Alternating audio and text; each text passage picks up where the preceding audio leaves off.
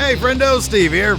And Larson. And on today's Going In Raw News Brief, we're going to talk about Wrestlemania 37 on the move. We have an injury update on Angel Garza. We're going to preview Smackdown tonight. But first, we're going to talk about WWE stealing money from their talents.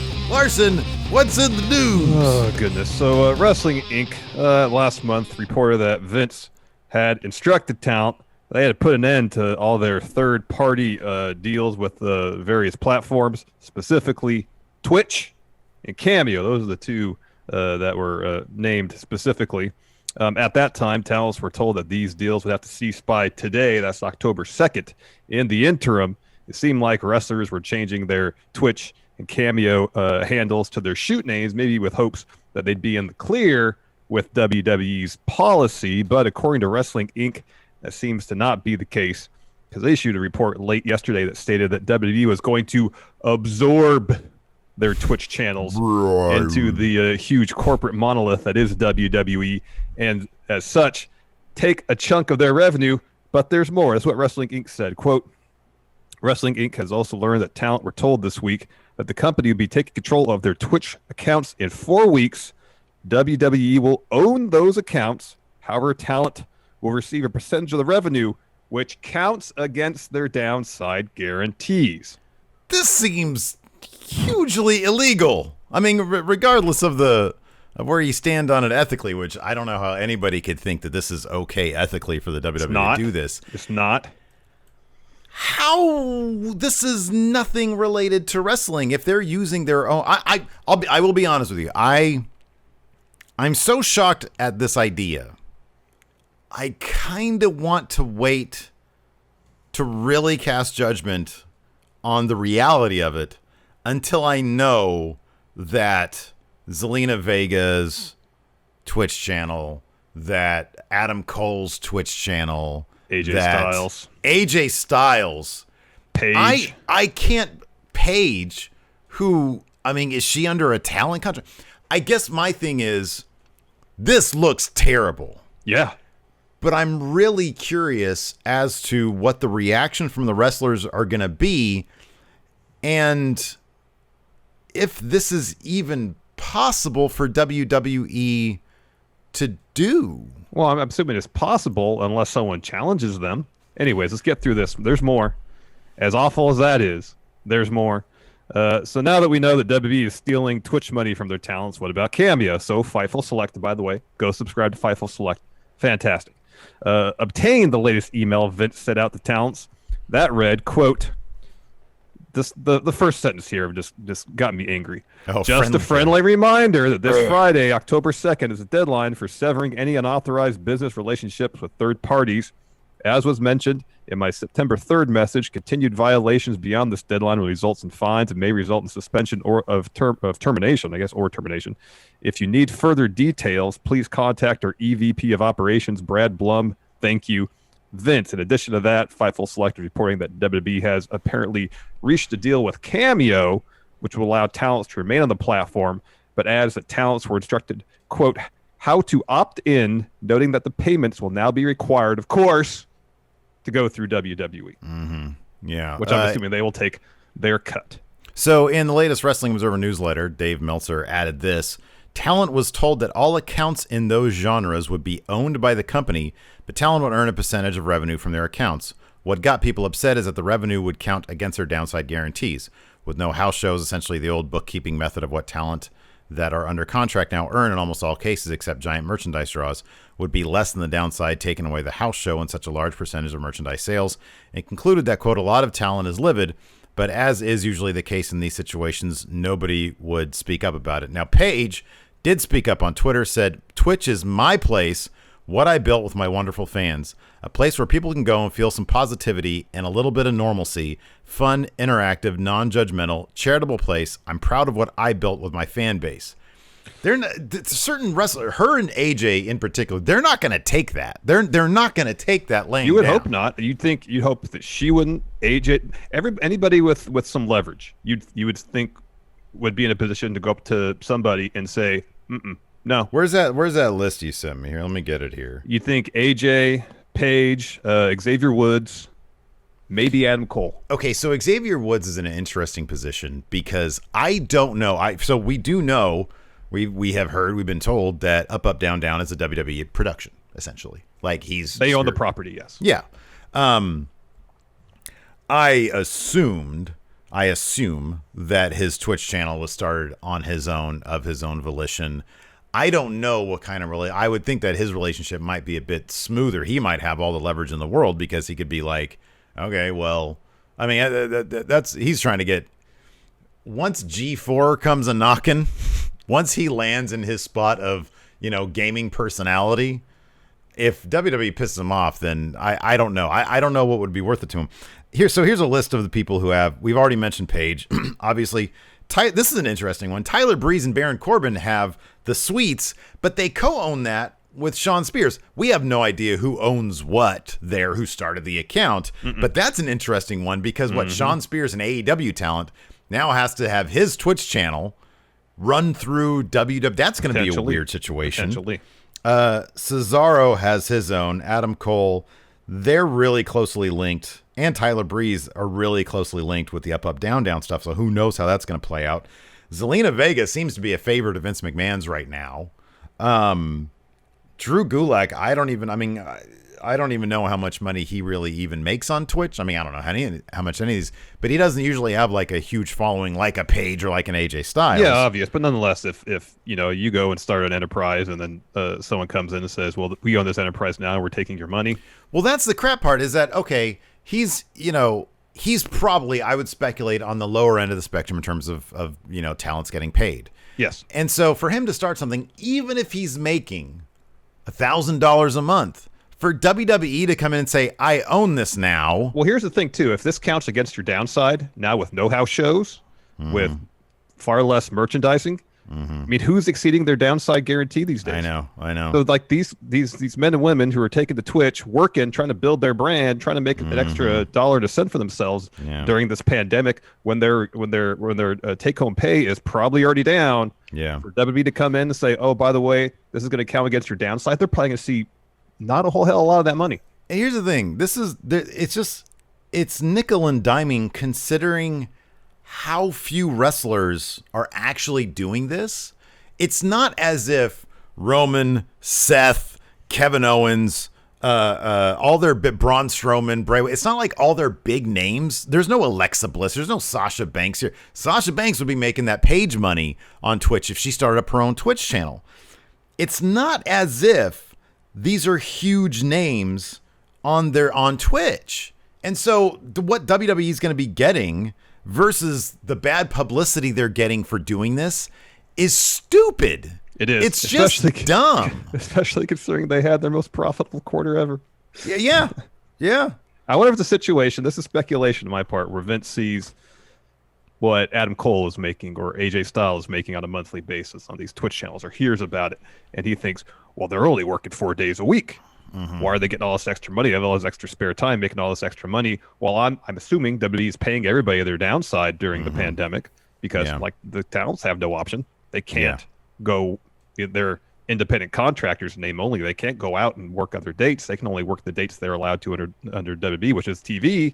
Maybe he thinks, well, I'm paying all these talents all this money already and not working the dates they're contracted to do. Why should I allow them to do this too and make extra money on top of that? Now there's which is a bit BS. That's absolute BS. Now, so I said earlier, I want to see how the reality plays out in this because I don't know if Adam. There is one caveat here. If Adam Cole doesn't call himself Adam Cole, his channel is The Chugs. Nobody here except for AJ Styles, who came in with his name. Yeah, he's licensing his name to WWE. Yeah. Nobody here, Drew Gulak, same with Drew Gulak. Nobody here is using their WWE name. I don't know if there's because all those people were changing all their stuff to like their own names. Here's the thing. I don't know. Is there the caveat here that, well, they're not using their own names? Zelina Vega's using, Thea Trinidad if she refers to herself on camera, I would think. I mean, does that matter? I don't know. That seems what everybody was doing before this. That everybody was saying, a lot of people were going and changing their Twitch and Cameo handles to some, whether it is their real name or some version of that, in attempt to get around the previous, order from Vince to cancel all this stuff. And granted, there's no clarification in the latest Wrestling Inc. report about that. And I wouldn't be shocked. It seems, I mean, we can only take it by what it says. When it says the company owns these Twitch channels for contracted wrestlers, unless we hear something about some additional details to that. It's hard not to assume that it's just kind of a blanket thing. Well, that's why I can't really assume it, because it's a pretty big deal. And I don't immediately want to say, well, F them. I mean, it seemingly seems like, yeah, F them.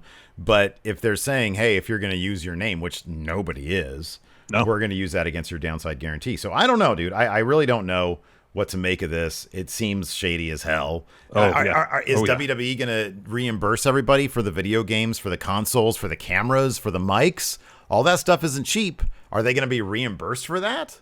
Yeah, can they expense all that then? I don't know if they expense their. I don't know if WWE reimburses for costumes. I don't think they do. No, I don't think so. I think it's just tax write-off for them. Yeah, I don't know. They get reimbursed for anything. I'm definitely curious to see how this situation plays out. And again, I mean, the thing is, most pro wrestlers, if you look at the percentage of pro wrestlers on Twitch versus who's not on Twitch, it's a relatively small amount. Most pro wrestlers don't get into pro wrestling to be on Twitch. They get into it to pro wrestle. To wrestle professionally. And so, I mean, would it be a deterrent for most people to come in, and say, oh, well, WWE, they nickel and dime you. Yeah, but, I don't really want to do Twitch. I just want to do pro wrestling. I don't know it's going to be that much of a deterrent, but it's a terrible look anyways. It is. I don't know if any, obviously Xavier Woods, and I think he's mentioned this, is getting into the gaming field beyond gamer. Yeah, because he's trying to give himself a future career path. Mm-hmm. I believe he said as much. And, obviously there's a situation in his case where it's not just, well, I'm at a professional wrestling company, so I'm just content to be a professional wrestler. For him, this is a future career path for him. Yeah. It's shady as heck that would be, assuming that is the blanket thing. It'd be shady great. As heck. It'd be great if this BS, email. Man. If some of this involved, hey, we're going to take over your Twitch channels, but we have a dedicated sales team and promotion team where we're going to start promoting your Twitch channels on TV, and we're going to get you brand deals for your Twitch streams to make it more lucrative than it ever was before. That would be awesome. But it really doesn't, because, I forget who it was, but okay, when Charlotte goes to do those Cricket Wireless commercials, or The Miz, from what I was listening to a podcast with somebody, and they were like, yeah, they just said, show up on this day, and, they give you a ton of money, give you like $10,000 or something like that. It's like WWE has those opportunities. If they were saying, hey, we're a big company, we have a dedicated sales staff that will get you these big brand deals. In return, you give us your channels. Then, I mean, it seems like it might be a no-brainer if there is some proof to that. But it's just, hey, it's ours now. That's what we see. That's what we see. That's what we see. We don't see this from any other, we don't see anything else from the sources that Fightful has or whatever. But here's the thing, too, is WWE wouldn't even say anything about it in the first place if not for these reports getting out. Mm-hmm, like the last time the reports came out, they were forced to issue a statement about it. Maybe they'll do the same here. And maybe then they'll provide some perspective from from within the company. Yeah. But until then, all we have to work on is they're telling talents your channels belong to us and we're gonna take your money, and that's crap. And dude, Andrew Yang is waiting in the shadows, in the wings right now. For this is just burying themselves further. It's so short-sighted. It's like, oh, we're going to do this. Well, Vince McMahon thinks he beat the federal government once. Well, once Andrew Yang decides to drag him in front of, Congress or whatever, or Congress decides to do that, he's going to have to answer for some of this stuff. Yeah. I mean, they've gotten away with exploiting talents. Yeah. Because they're independent contractors for far too long. If it's about time that something happens in that regard. All right, we got an update on this within minutes of us wrapping up filming this news brief, we notice a tweet from Andrew Yang that shows that adds a little bit more light to this particular situation, and it's not pretty either. Larson, what is it? That's what Andrew Yang had to say. Quote, hearing from talent that WWE is forcing performers to sign new contracts that include Twitch. Streaming on Twitch will become a work obligation, and if talent doesn't stream, they will forego earnings, be suspended, or face penalties. Doesn't sound like independent contractors. Okay, so like the first sentence there seems like something that he literally heard from talent. I don't know. You can interpret the second one as either something that he also heard from talent, the idea that WWE can now say, well, you're required to stream multiple hours, you know, or the same number of hours that you were prior to this contract. Otherwise, we're going to fine you or suspend you, or that revenue won't be taken. I just don't know, like, if that's something they can, how could they possibly enforce that? Well, I mean, if it's in a contract, they get people to sign it, they can enforce it. That's probably why they want people to sign new contracts, because there's no way to enforce it as it exists. Their contracts exist now. I wonder if it's a situation, a response, like, you know, if any talent would hear upon learning that WWE is assuming ownership of your Twitch channel and taking a good portion, if not basically all your money right now that you make from Twitch, given that it's against your downside guarantee. If some performers would just say, well, the hell with it, I'm just not going to do it anymore. What's in it for me? Well, now WWE is like, well, this is a revenue source for us now. So if you don't do it anymore, then you're going to face some consequences. I mean, I guess that, you know, if what Yang here is saying is factual, not speculation, that might be one rationale why WWE would do it. But I don't know, man. If this is true, that's some serious bullshit. Yeah, I just don't know how they'd be able to, like, well, you didn't put in your 5 hours on Sunday, so you're going to be docked now. I mean, I don't know. Like, this is another source of revenue for wrestlers, but it's also like a hobby. Like, you know what I mean? So I don't know. We're gonna see. I'm like I said before, curious to see what Paige and AJ Styles have to say about this, because they would be sort of the two people in the biggest positions to do anything about it. Well, I'm curious to see what Paige has to say beyond what she's already tweeted. You know, which is pretty much this. You know, the emphasis on in her tweet was my. Mm-hmm, yeah, sure. You know, my Twitch, my space that I created. Mm-hmm. You know, and it's, if you read between the lines, it's her saying, I built this, I created this. This is not yours, WWE. Whether she has something that's a bit more direct in response, whether AJ says anything, Xavier Woods, we need they need Adam Cole. They need a union, and they need agents. Is what they need. And there's obviously a reason why Vince has always been so anti going through agents, because it gives him leverage. You got to know your worth. That's all I got to say. You got to know your value. You got to know your worth. And now there's competition out there. Anyways, let's move on, Larson. WrestleMania 37 seems to be changing locations. If next year's WrestleMania is still going Hollywood, it's looking like it'll be Hollywood, Florida, baby. Because Inside the Ropes' Gary Cassidy is reporting that, quote, there are tentative plans in place for WrestleMania 37 to emanate from Tampa instead of Inglewood, California. Sources close to the situation tell Inside the Ropes that WWE have put plans in place for WrestleMania 37 to come to you from Raymond James Stadium in Tampa, where WrestleMania 36 is going to be scheduled to be hosted. There's no word yet as to whether the date of March 28th, 2021 will remain the same, but we're told WWE has locked down most buildings in Tampa for potential events across WrestleMania weekend. WrestleVotes added this. Now that news is out, I can say that WWE has had Tampa listed as the host city internally for over a month.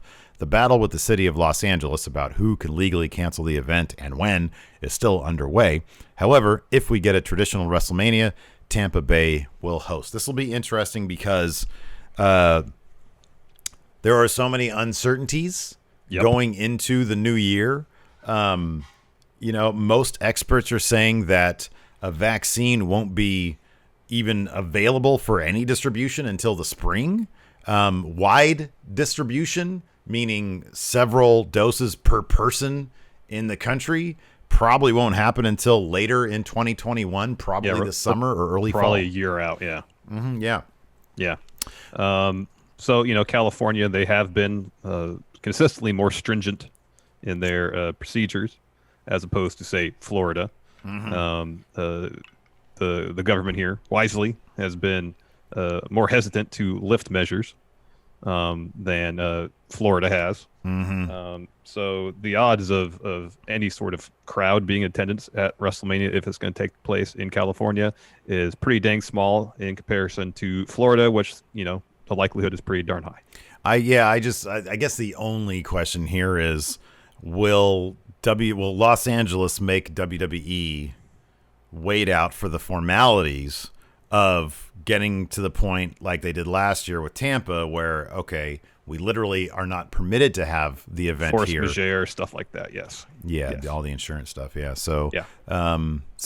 We'll see. But they seem determined to have fans at WrestleMania, and they're probably going to have fans before then, to be honest with you. Yeah. Someone else who could be back in time for WrestleMania, Angel Garza. So, of course, he got hurt at Clash of Champions, and he provided an update on his status in this latest YouTube video, confirming that the injury occurred not during the Spanish Fly, but when he hit a knee on Montez Ford.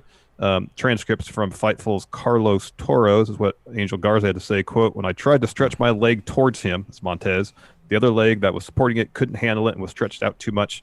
That's when I heard a small pop like a balloon exploding. Everything around that area started to get really hot. And when I tried to move the leg, I had that tension close to my groin. It was in my quadriceps, almost reaching my hip. That's what I felt. The referee came to me and asked if I could continue, and I said no. They told me to get an MRI, and I got the results, and thankfully it wasn't anything involving the tendons or with my hip, as some outlets have reported. It was a quad tear. We have already began treatment. I've been putting ice on it and bandages for the tear. I still have more evaluations to do, but if all goes well, I think I might be out from a week to maybe 15 days, so that's really good news." He continues, "Thank God that it wasn't anything long-term, like 5 or 6 months. They told me if I continued, I could have completely torn the quad, and then would have been out for a very long time. I don't think it'll even be a month to fully recover. I'm not going to be needing surgery. I'll probably be out a week to 3 weeks since the injury." So that's great news. When it happened, you worry that he might have blown out a knee or, early reports, quad injury. Torn quads are awful. Yeah. It's good to hear that it's just apparently a minor tear. He'll be back pretty soon. Yeah, that's great news. We got a Smackdown tonight. And first up, we've got Universal Champion Roman Reigns. He will be officially crowned as Tribal Chief. Should he get like his own championship title, Tribal Chief? They should bring back the custom titles. The Tribal Chief title. Yeah, I think that'd be a solid idea. Sami Zayn to face Jeff Hardy in Intercontinental Championship Showdown. That should be a really good match. Kevin Owens to bring the KO show to Smack. What the fuck? He's a Raw guy. Don't try to make sense of it. The draft is in a week, literally a week. I know. Why is he showing up on SmackDown? Jesus. Brand to brand, man. Brand to brand invitation. Whatever. SmackDown's cool. I like SmackDown. So Kevin Owens' show is going to go to SmackDown as Alexa Bliss joins. So that's cool. SmackDown's creative is better, so maybe we'll see some more of the Kevin Owens we know and love, as opposed to treading water Kevin Owens on Raw. I kind of feel like the odds of Aleister Black showing up to attack Kevin Owens are still pretty high here. Well, it'd be SmackDown Aleister Black, so that could be cool. Anyways, look, they're completely different universes at this point in my mind, given how wide the gulf is between the two creatives. If that's the case, is Raw Underground kind of the nexus between the two universes? The bridge that holds them together. Man, I am waiting. Transverse.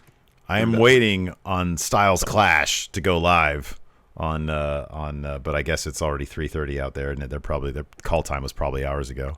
I want to see Styles Clash live on Twitch, man, and see what he has to say about all this business, if anything. Which he has no problem shooting from the hip over there at Styles Clash. No. Yeah. Anyways, thanks everybody for tuning in. We appreciate it. We'll be back live tonight for our SmackDown recap at the twitch.tv/Steve and Larson. Till then, we'll talk to you guys later. Goodbye. Be a part of the best pro wrestling podcast today at patreon.com/Steve and Larson. Enjoy tons of bonus videos, including patron-only live shows, gameplay, and vintage 10 for the wins, access to podcast question threads, the Friendo Care Package, and so much more. Support Going In Raw today at patreon.com/Steve and Larson.